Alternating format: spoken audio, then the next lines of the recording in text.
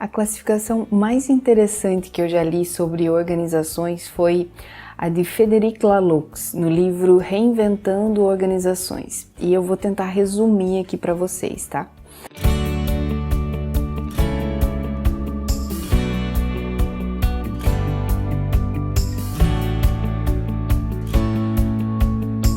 Bom, ele classifica por cores e adjetivos, certo? E a primeira delas são as organizações impulsivas vermelhas. O modelo original são os exércitos invasores da pré-história. Nessa época, o poder era um exercício contínuo nas relações interpessoais, certo? Hoje, esse tipo de organização é encontrada na forma de gangues de rua, máfia de favelas, ditaduras, e eles usam ferramentas modernas, né, tipo armas e a própria tecnologia da informação, no caso do crime organizado, por exemplo. Funciona tipo uma alcateia, né? O lobo alfa, ele precisa demonstrar poder esmagador para que os demais, né, se submetam diante da sua própria vontade, para que esse líder permaneça naquela posição, certo? As organizações vermelhas, elas podem ser extremamente poderosas, especialmente em ambientes hostis, né, tipo a favela, por exemplo. Porém, elas são intrinsecamente frágeis por causa da natureza impulsiva da forma de operar, certo? Se o líder, por exemplo, é derrotado, a cultura fica à mercê dos desejos do novo líder, certo? Por essas razões que as organizações vermelhas, elas não são tão eficientes em ganhar escala, né? Porque raramente elas conseguem manter na linha aqueles que estão mais distantes do chefe, né? Em mais do que 3 ou 4 graus de distância. Elas são, portanto, bem adaptadas em ambientes caóticos, tipo guerra civil, estados falidos, mas elas são completamente inadequadas quando se quer atingir resultados complexos em um ambiente mais estável, né? Onde dá para ter planejamento e estratégia, por exemplo. A próxima classificação do Laloux é a conformista âmbar.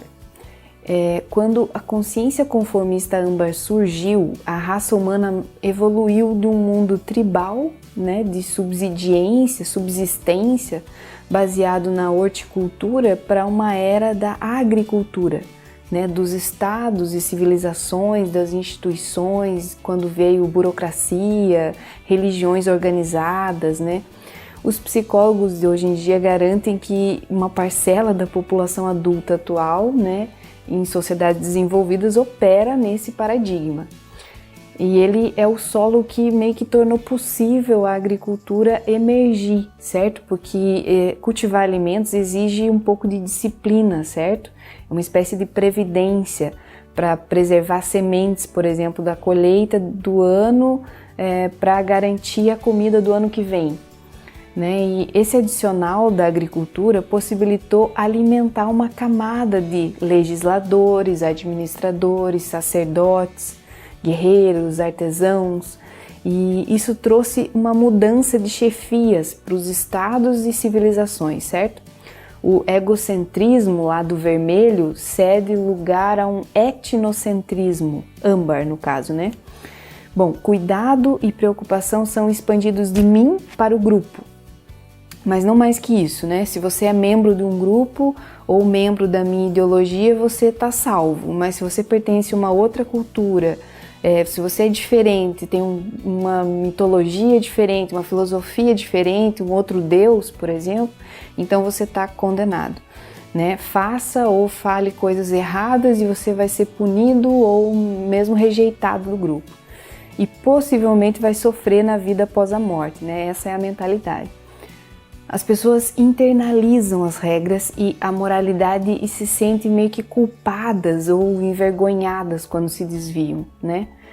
Grupos âmbares tendem a ser altamente segmentados, né? Tem classes sociais, sistemas de castas, diferenças de gênero bem rígidas, né? Como características bem determinantes.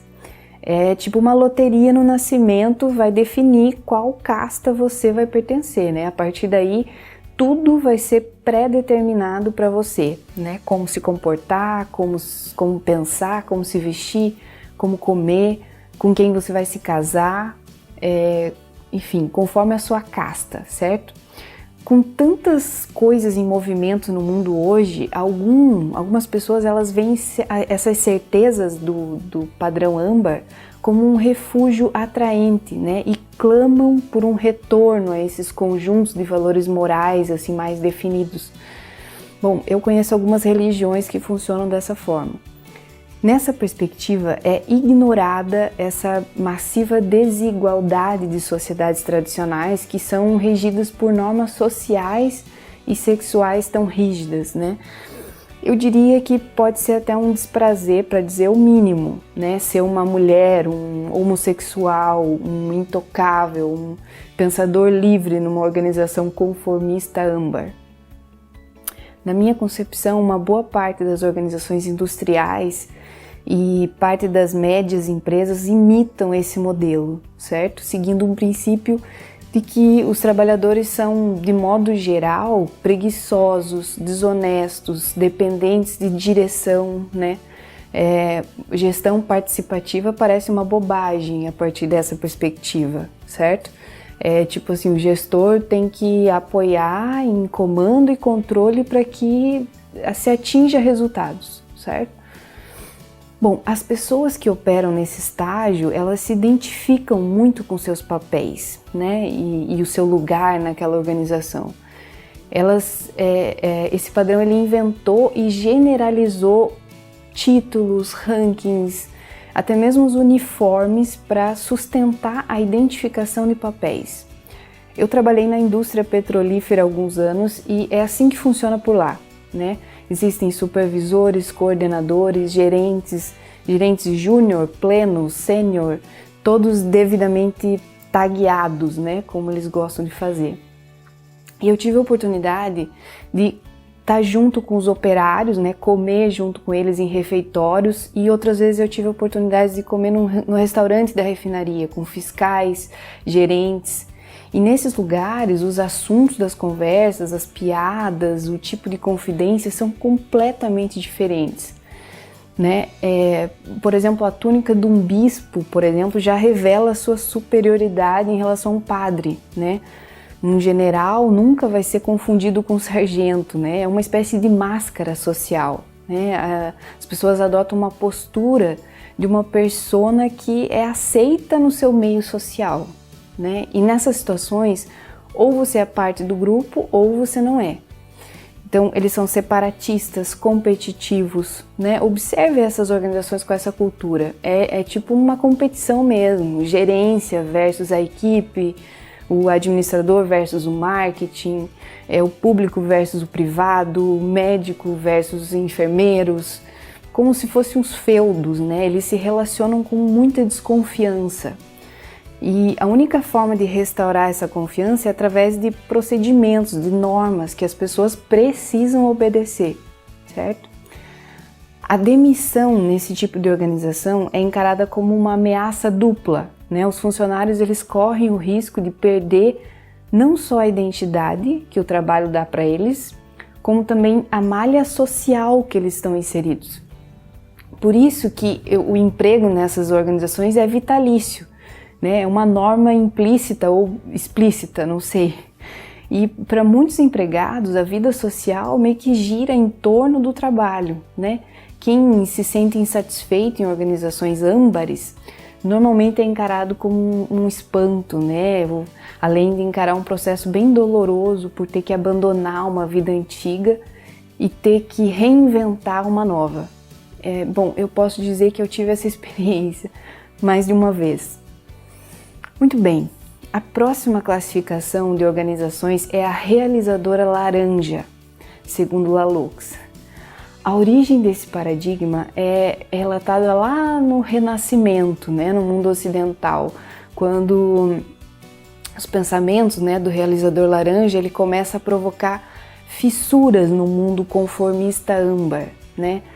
as certezas cristãs, por exemplo, entre os cientistas e artistas, né? O iluminismo e a Revolução Industrial. O pensamento laranja ele emergiu numa escala enorme nos círculos sociais mais instruídos, né? Nos dias de hoje, o laranja é a visão de mundo dominante para a maioria dos líderes de mercado, da política, porque esse tipo de consciência prioriza a investigação científica, a inovação, o empreendedorismo. Num período de 2 séculos só, o que não é nada, né, se a gente considerar a história geral da nossa espécie.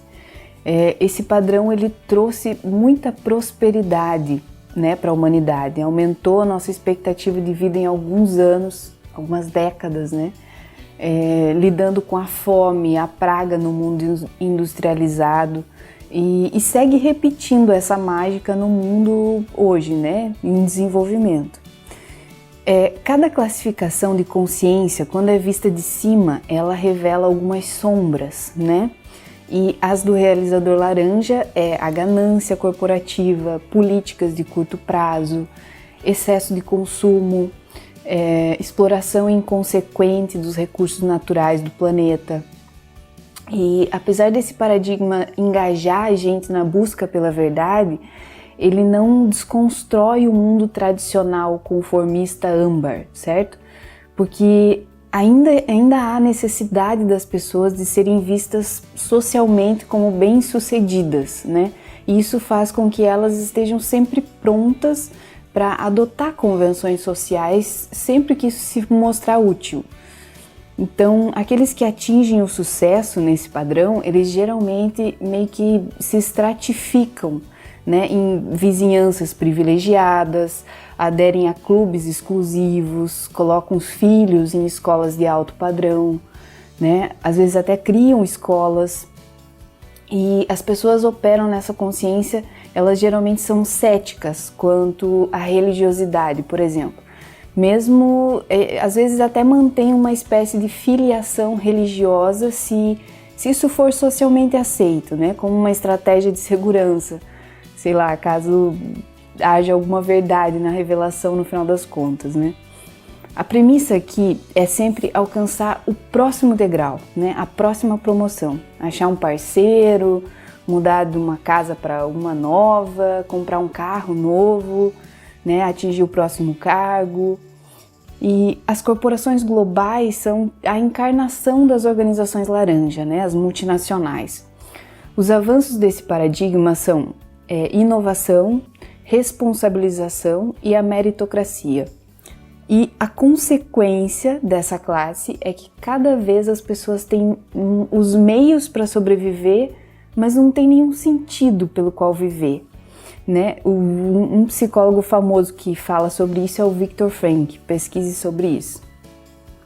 Bom, a próxima classificação das organizações é a pluralista verde. Bom, esse é bem consciente das sombras do laranja sobre as pessoas na sociedade, né? A obsessão materialista, a desigualdade social, a perda de comunidade. E essa classe é altamente sensível às emoções das pessoas. Ela meio que insiste que todas as perspectivas merecem respeito e busca justiça, igualdade, harmonia, comunidade, cooperação. Né? O ser operante a partir dessa perspectiva, ele busca pertencer, né? Incentiva laços harmoniosos e próximo com todos, né? O estágio laranja ele promete uma posição globocêntrica e o verde ele quer se beneficiar dessa promessa, certo? Não só os indivíduos devem ser capazes de se libertar da prisão dos papéis convencionais, mas todo o edifício de castas, classes sociais, patriarcado, instituições religiosas e outras estruturas devem cair.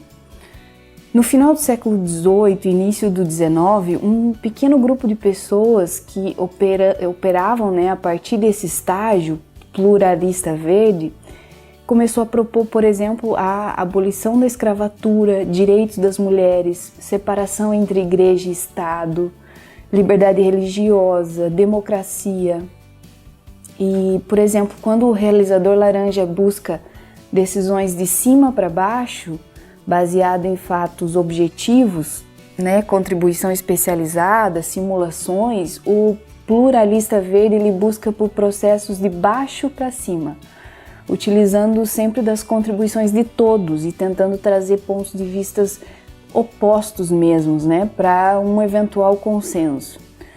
O laranja ele glorifica a liderança decisiva, enquanto o verde ele insiste que os líderes deveriam estar a serviço dos seus liderados.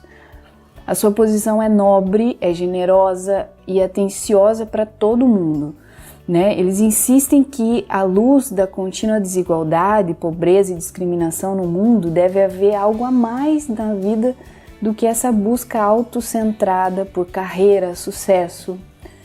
E ainda assim esse estágio ainda possui algumas contradições, por mais nobre que sejam as suas ideologias, né? Ele propõe que todas as perspectivas sejam tratadas de forma igual, né? Mas só que quando os outros abusam da sua transigência para propor ideias meio que intolerantes, né, fica um pouco sem saída, né? Fica contraditório. E essa abordagem fraternal do verde raramente é respondida com simpatia pelo egocentrismo do vermelho, a absoluta certeza do âmbar, desdém do laranja, porque eles enxergam ele como um idealismo mesmo, né? O estágio verde ele é um paradigma poderoso para quebrar essas estruturas antigas, mas ele geralmente é menos efetivo em formular alternativas realmente práticas como solução, né? É tipo, a cultura devora a estratégia no café da manhã, como disse Peter Drucker. O próximo estágio da evolução humana corresponde ao nível de autorrealização de Maslow, né, inspirado por Maslow, amplamente rotulado como autêntico, integral ou teal, né, que é uma cor. É tipo assim, como um peixe que consegue ver uma água pela primeira vez quando ele pula para cima da superfície, o padrão ele ganha uma nova perspectiva, né? E exige essa perda de identificação com aquilo que a gente estava imerso, né, anteriormente. Por exemplo, a mudança do conformista âmbar acontece quando o impulsivo vermelho ele internaliza as regras que permitem essa perda de identificação com a satisfação impulsiva de necessidades. A mudança para o realizador laranja acontece quando o âmbar perde a identificação com as normas do grupo, por exemplo, né? E a mudança para o evolutivo teal acontece quando a gente aprende a perder a identificação com o nosso próprio ego, né? Quando a gente olha para o nosso ego a partir de um distanciamento, a gente pode ver como os nossos medos, ambições, desejos frequentemente regem a nossa vida, certo? E a gente pode aprender a minimizar essa necessidade de controle, de parecer bem, de sempre estar se ajustando, né? E a gente não mais ser fundido com esse ego e a gente não deixa mais que esses medos controlem a nossa vida, né? Meio que por reflexo ali. Nesse processo, a gente abre espaço para ouvir a sabedoria de outras partes mais profundas de nós mesmos. E o que substitui esse medo? Bom, basicamente é uma capacidade de confiar na abundância da vida.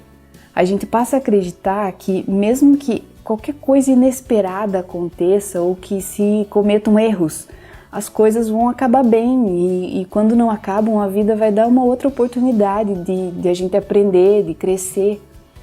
Bom, no evolutivo teal, a gente muda os critérios externos para internos em nossos processos de decisão. Agora, a gente está preocupado com a questão de coerência interna, né? Essa decisão parece certa? Eu estou sendo verdadeiro comigo mesmo?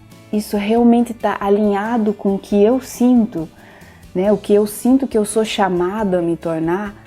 Eu estou a serviço do mundo, né? A gente busca uma vida muito mais bem vivida e a consequência disso pode ser reconhecimento, sucesso, riqueza e amor.